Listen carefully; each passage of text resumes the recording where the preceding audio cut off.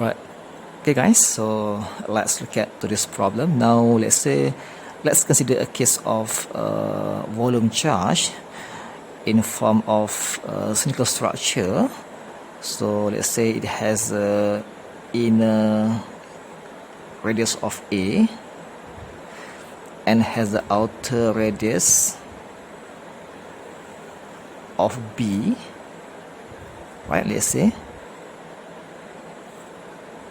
B, and then the charge actually fill within region between A and B, let's say here rho V, right? Now we are going to find the E field that actually exists everywhere. So let's consider, or let's assume that this structure has a length of L which much larger than the radius of B. So we can simply assume that this is infinite case, whereby we can use the Gauss law to calculate or to find the E field, right? So let's look at to the structure here. Now we have actually three different regions. The first one here, your first region, and this is your second region, and this is your third region. Okay, now we are going to find the E field in every region. So let's say, let's do the first one for a case of less than A, right? So using Gauss law equations, closed integrations, d dot ds is equal to the charge enclosed. So now we have to choose any point within this first region, and then we have to draw our Gaussian surface. So let's do, see, let's say this is my point of interest, and I want to draw my Gaussian surface that actually completely close and pass through the point of interest. Let's say it has a radius of r, right? It's a variable. So now from here you can see that the d and the s here, guys, for the case of cylindrical structure, so by right we should have 2 pi rl. And now let's look at to the charge that enclosed. From here we don't have any charge, so we can simply put here 0, because the charge only exists more than A, so now less than A, so there's no charge enclosed within this GS, right? So we can simply find that the E will also has a value of 0. Alright, so look at to the second regions, whereby region between A and B. So again, using the Gauss law equations, you can simply find the D here, 2 pi RL. So now let's draw the GS. Let's say I choose this point to be my point of interest, and now we have to draw your Gaussian surface, which has a radius of again r. So now we have the Gaussian surface. If you look at carefully, guys, to this structure, the charge now enclosed from r equal to A until r equal to r, right? So this is our charge enclosed for the second region here. So we can simply integrate the rho v as shown there.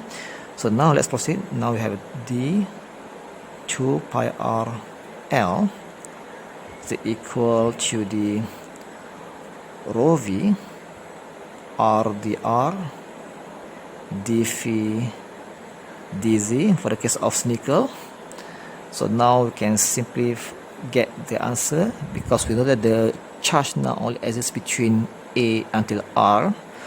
So you can find this expression, rho v pi r squared minus A squared L. Alright, so now we can simply cancel out the L and the pi there, pi here, the L there, the L here. So now we can have the E expressions as shown here, rho v, so r squared minus a squared over 2 epsilon r in r directions volt per meter. Okay guys, so that's the E that actually appear or exists within the second regions. Now we can simply find the E again, which exists in the third region at the outside here, the outer of structure. We can see that the charge actually cover the whole charge, so we can simply change this R become B, right? So we can simply find the E number 3 become rho v, b squared minus a squared 2 epsilon r, right? Okay guys, so that's the E for every region. Now we have E1, which is 0, and here is our E2 in second region, and this is our E3. So done for the E field. Now I'm going to proceed these problems, which I want to find the potential everywhere within the structure. So let's assume that we have a zero reference potential at radius equal to A. So let's say this is my zero reference at r equal to A. Okay, that's our case now. So we are going to find the potential everywhere. So since the potential here is 0, so we can also find the potential within these regions by applying this equation. So the V, which is V1 in first regions for the region R less than A, so you can use this equation, integrations E1 dot dl, guys. So since E1, guys, has value of 0, so by that we don't have any potential within the first region, right? So now you're gonna have 0 again because the E1 here has value of 0. Okay, all right, now let's look at the second region. I want to find the potential V2 within the region more than A, less than B. And now we know that our reference now actually appear at R equal to A, and this has become our zero reference potential. So we can simply apply this equation again, negative E2 dl only. Okay, so now since we have our reference at A, so we can simply put here as A, because this belongs to reference limit. Alright, so A until, let's say, R. Is that okay? Alright, so let's plug in the value of E2 down here. So you can have here negative, let's say the R. Let's say I want to find at R2. Is it okay? Okay, so I want to find potential at R2. So now just use the E2 that we obtained earlier as shown there. Now put here rho v, so r minus a squared over 2 epsilon r, now r dr. Okay, can you see? Okay, let's proceed the integration part. Now let's take out all the constant. So the V2 is equal to a negative rho v 2 epsilon. So now also let's simplify the expressions.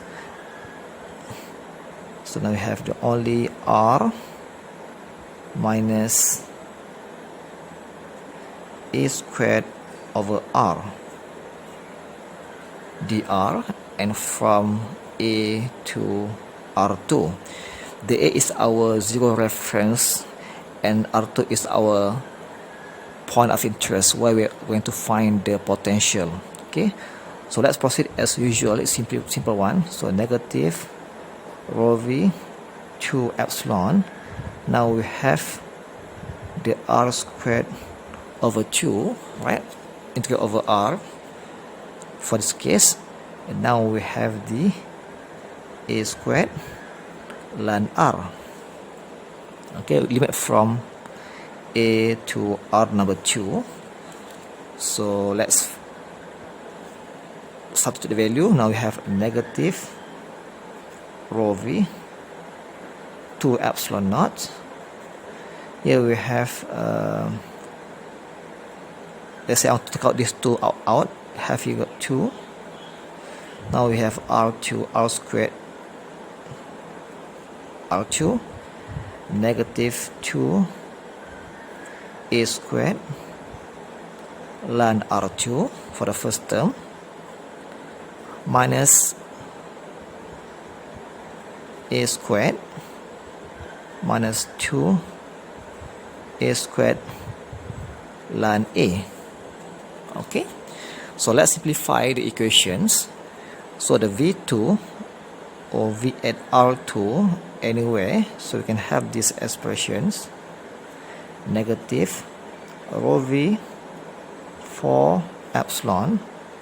So now let's combine between ln and ln, the r and a. So now we have r2 squared minus a squared minus 2a squared. Now we have the ln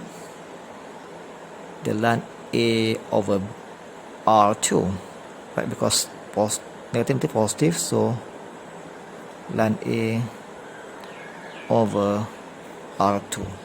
Okay, so this expression, guys, for the potential that exists within the region between A and B. So if you want to find the potential at anywhere, so let's say I want to find at B, so just substitute this R2 become B. Alright, so let's say I want to find the potential difference between A and B, so we can simply change this R2 becomes B, so we can have the V AB finally is equal to the negative rho v 4 epsilon naught. Now here we have b squared minus a squared minus 2a squared ln here a over b. Okay, so that's a potential difference between radius a and b. So I hope you can try yourself and make sure you're gonna have same answer as mine as shown here. Okay guys, so thank you and all the best.